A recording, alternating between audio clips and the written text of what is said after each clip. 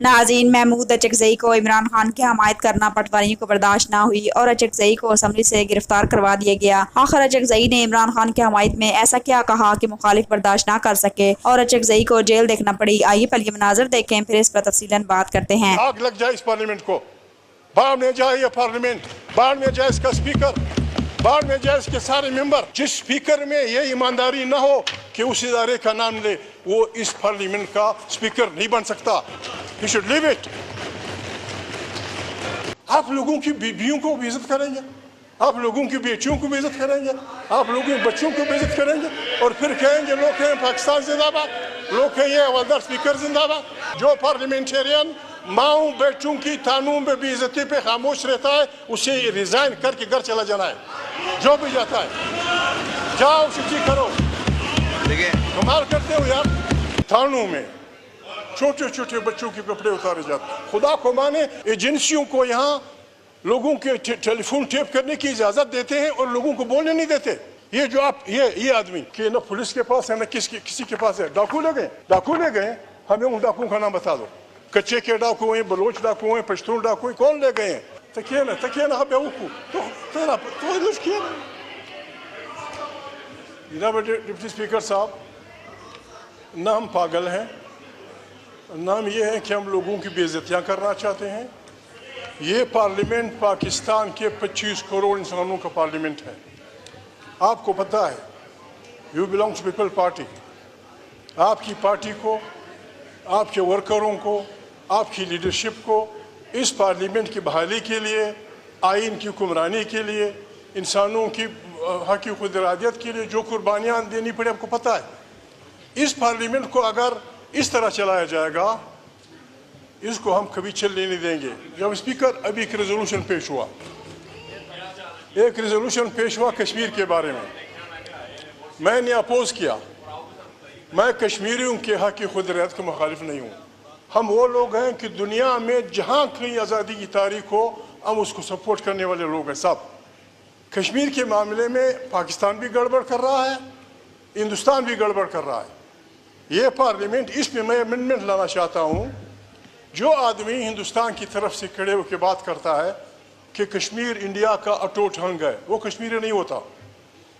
यहाँ से जो आदमी खड़ा होता है कि कश्मीर पाकिस्तान की शाहराग है, ये भी कश्मीरी नहीं होता। कश्मीरी की रूह से पूछा जाए, दोनों तरफ के, यहाँ के वहाँ के, उनसे पूछा जाए, अगर वो अपनी मर्जी से इकट्ठे हिंदुस्तान में जाना चाहते हैं, गुड बाय। अगर वो अपनी मर्जी से पाकिस्तान में आना चाहते हैं, वेलकम। और अगर वो कहते हैं कि हमारी जान छोड़ो, आप भी हमारी जान छोड़ो, हिंदुस्तान भी हमारी जान छोड़े, हम आज़ाद कश्मीर एक मुस्लिम स्टेट बनाना चाहते हैं, it should be part of this resolution. दूसरी बात जनाब स्पीकर, ये आदमी, जनाब स्पीकर, शर्म की बात है, शर्म की बात है।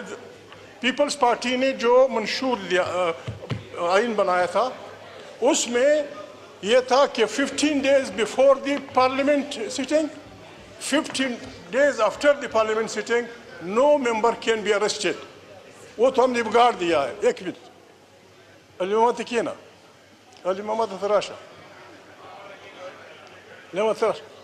जनाब स्पीकर, शर्म की बात है।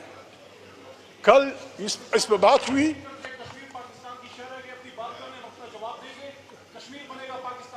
ठीक है, बताओ अगर वो आपके साथ जाना चाहते, वेल एंड गुड। मैं कहता हूँ कि उनसे रूह से पूछो, अगर वो आज़ाद स्टेट बनाना जी, ये उनकी अपनी मर्जी। जनाब स्पीकर, कल आपकी जगह स्पीकर बैठा हुआ था, मैंने आज गुस्से में कहा कि हवलदार स्पीकर, हवलदार इसलिए जनाब स्पीकर, खुदा को माने 25 लाख करोड़ इंसानों का वो है। आप एजेंसियों को यहाँ लोगों के टेलीफोन टेप करने की इजाज़त देते हैं और लोगों को बोलने नहीं देते, लोगों को आप बहस करने नहीं देते। ये जो आप ये आदमी स्पीकर साहब कह रहा था कि जी मुझे लोगों ने बताया है कि न पुलिस के पास है न किसी के पास है। डाकू ले गए, हमें उन डाकुओं का नाम बता दो। कच्चे के डाकू हैं, बलोच डाकू हैं, पश्तून डाकू हैं, कौन ले गए हैं? जो ले गए हैं, जिस स्पीकर में ये ईमानदारी ना हो कि उस इदारे का नाम ले, वो इस पार्लियामेंट का स्पीकर नहीं बन सकता। He should leave it. हम कहाँ जाएं? हम कहाँ जाए, गरीब आदमी कहाँ जाए? मोहिदरी साहब, ये लड़का वो लड़का। जनाब स्पीकर, मुझे शर्म आती है, मैं खुदा से डरने वाला आदमी हूँ, मैं इंसानों से नहीं डरता, ला खौफुन अलैहिम वला हुम यहज़नून। लेकिन जनाब स्पीकर, मैं कुछ नहीं कह सकता। ये जो कुछ थानों में हो रहा है, आपको पता है? आपको पता है लोगों के बहनों के साथ क्या हो रहा है, लोगों की बेटियों के साथ क्या हो रहा है? इस पार्लियामेंट में बैठी हुई औरतें हमको बताएंगी कि उनके साथ क्या नहीं हुआ। इस पे हमारी पार्लियामेंट नहीं बोलेगी, आग लग जाए इस पार्लियामेंट को, बाढ़ में जाए ये पार्लियामेंट, बाढ़ में जाए इसका स्पीकर, बाढ़ में जाए इसके सारे मेंबर। जनाब स्पीकर, आप लोगों से पूछो, खुदा को माने, खुदा को माने जनाब स्पीकर। छोटे छोटे बच्चों को, छोटे छोटे बच्चों को थानों में जनाब स्पीकर, ये हमारा हक है। जगदीश साहब, आप इतने सीनियर पार्लियामेंटेरियन हैं, बाबा ना जाओ, आपके अल्फाज का चुनाव ये हम एक्सपंज करते हैं, ये हम एक्सपंज करते हैं, भाड़ में जाए पार्लियामेंट। जनाब स्पीकर, मैं और जो स्पीकर के बारे में कहा है उसको भी हम एक्सपंज करते हैं। जी बाबा जी, पटेल बाबा, पटेल भाई जिंदाबाद। जनाब स्पीकर, मैं अर्ज कर रहा हूँ, जनाब स्पीकर, मैं अर्ज कर रहा हूँ, ये मेरे, ये सब मेरे बाबा, छोड़ तकिए ना बाबा, मान न आराम से बाबा, सही सही। अगर जो पार्लियामेंटेरियन, मैं फिर कहता हूँ, मैं आपकी खातिर, जो पार्लियामेंटेरियन माओ बेटों की थानों में बेइज्जती पे खामोश रहता है, उसे रिजाइन करके घर चला जाना है। जो भी जाता है, जाओ उसे ठीक करो। देखिए, कमाल करते हो यार। जनाब स्पीकर, जनाब स्पीकर,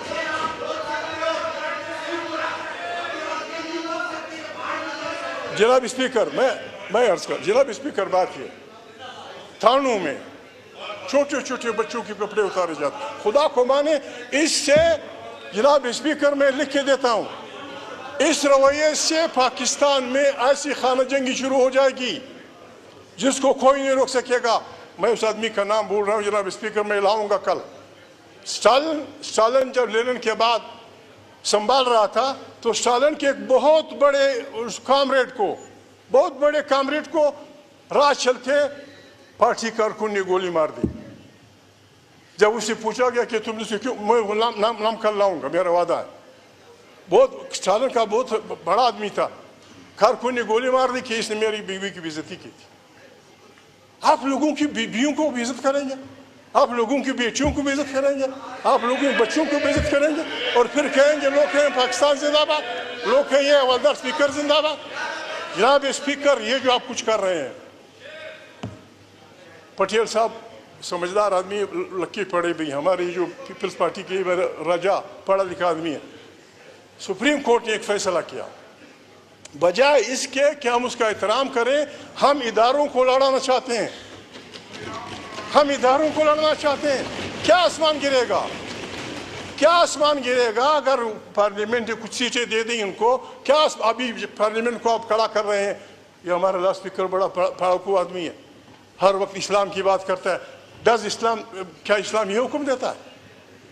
इस्लाम तो ये हुक्म देता है कि अगर काफिर है, हिंदू है, सिख है, मुसलमान है, अगर उसने किसी मुसलमान से ज्यादती की है, इस काफिर के हक में फैसला करो। ये कुरान का हुक्म है। हम कुरान को रोजाना उठा के सर पे पढ़ते हैं और खुद अपने मुल्क में लोगों की बेइज्जती करते हैं। जनाब स्पीकर, ये पार्लियामेंट में हमें अजीज है। जी जगदीश साहब, वाइंड अप कीजिएगा, बहुत सारे लोगों ने पॉइंट ऑफ ऑर्डर पे बोलना है। वाइंड अप करो जी। जनाब स्पीकर, अगर कोई चाहता है कि ये मुल्क चले और ये मुल्क कौमों की कतार में सर उठा के चले, तो आसान सा फार्मूला है। आप सिंधी हैं साईं, आपको पता है इस मुल्क में हम 4-5 भाई रहते हैं।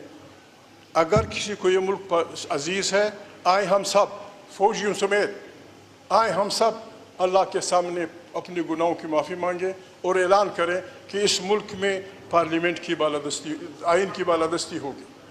दूसरी बात कि सारे मसाइल इस पार्लियामेंट में हल होंगे। नाज़रीन, आज कौमी असम्बली की सियासत में महमूद खान अचकज़ई की गुफ्तगू एक बार फिर खास तवज्जो का मरकज़ बनती दिखाई दी, क्योंकि उन्होंने सियासी सूरत-ए-हाल पर बात करते हुए अपोजिशन के मौक़िफ़ को भरपूर अंदाज में सामने रखा। महमूद अचकज़ई का मौक़िफ़ यह है कि मुल्क के मौजूदा सियासी बहरान का हल दबाव या महाज राय में नहीं, बल्कि सियासी बात जीत और आनी रास्ते में है। इस दौरान इमरान खान के मामले पर भी अपोजिशन की जानब से मुसलसल आवाज़ उठाई जा रही है और इनके इलाज और मुलाकातों से मुताल्लिक़ मुतालबात भी सामने आ रहे हैं। दिलचस्प बात यह है कि महमूद अचकज़ई एक तरफ हुकूमत पर सियासी सियासी मामला पर तनकीद करते हैं, तो दूसरी तरफ हुकूमत के नुमाइंदों के साथ मुज़ाकरात और मुशावरत का सिलसिला भी जारी है।